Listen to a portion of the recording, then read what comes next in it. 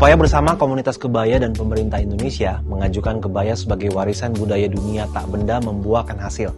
Organisasi Perserikatan Bangsa-Bangsa untuk Pendidikan, Ilmu Pengetahuan dan Kebudayaan atau UNESCO menurut rencana mengumumkan penetapan tersebut pada 4 Desember 2024. Seperti apa riwayat kebaya sehingga akhirnya segera ditetapkan sebagai salah satu warisan budaya dunia?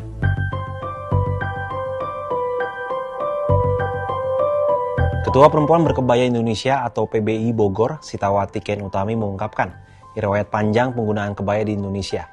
Sebelum adanya kebaya, pada masa lalu para perempuan di bumi Nusantara hanya menggunakan kemben biasa untuk menutupi bagian dada. Kemben tersebut dipasangkan dengan lilitan kain. Namun seiring masuknya peradaban Islam ke Indonesia, busana perempuan turut mengalami transformasi menjadi lebih tertutup. Para perempuan bukan lagi hanya menggunakan kemben, melainkan mulai melapisi kemben dan menutup bagian tubuh lainnya dengan selendang. Akan tapi selendang tersebut kemudian dikreasikan dan dimodifikasi hingga menjadi busana, yaitu kebaya. Sita menjelaskan bahwa kebaya terus digunakan oleh para perempuan dari abad ke abad. Bentuknya pun turut berubah sesuai perkembangan zaman.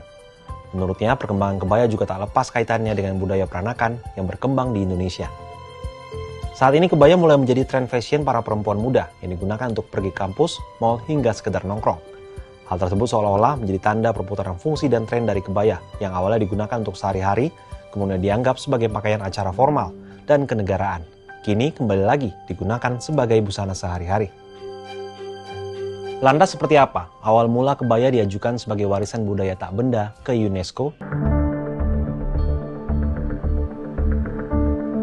Sejak 2022, Indonesia mengajukan penetapan kebaya sebagai warisan budaya dunia tak benda ke UNESCO. Selain Indonesia, 4 negara ASEAN lain, yaitu Brunei, Malaysia, Singapura, dan Thailand, juga mengajukan permintaan yang sama. Usulan inskripsi kebaya untuk diajukan bersama oleh 5 negara ASEAN dilakukan karena nominasi secara individual akan terkendala mekanisme Intangible Cultural Heritage atau ICH di UNESCO. ICH memiliki keterbatasan tenaga ahli untuk mengurasi, memeriksa, dan menilai setiap usulan yang masuk dari negara-negara anggota PBB. Alhasil, ada batasan setiap negara hanya dapat masukkan 1 usulan setiap 2 tahun.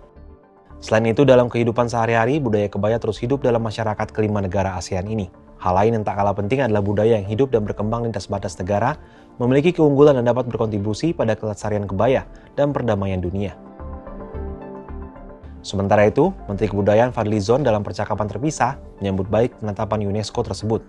Kementerian Kebudayaan berencana mengadakan perayaan rasa syukur atas penetapan itu pada 14 Desember. Dengan pengakuan tersebut, tiap negara bebas menentukan kebijakan pengembangan manfaatan sosial, ekonomi, dan budaya kebaya di masyarakat.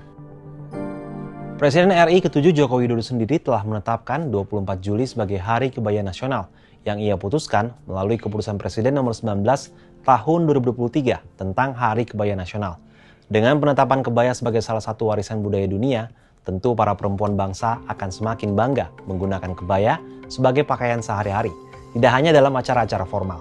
Kalau sahabat Kompas gimana? Apakah tertarik untuk mengenakan kebaya untuk kegiatan sehari-hari?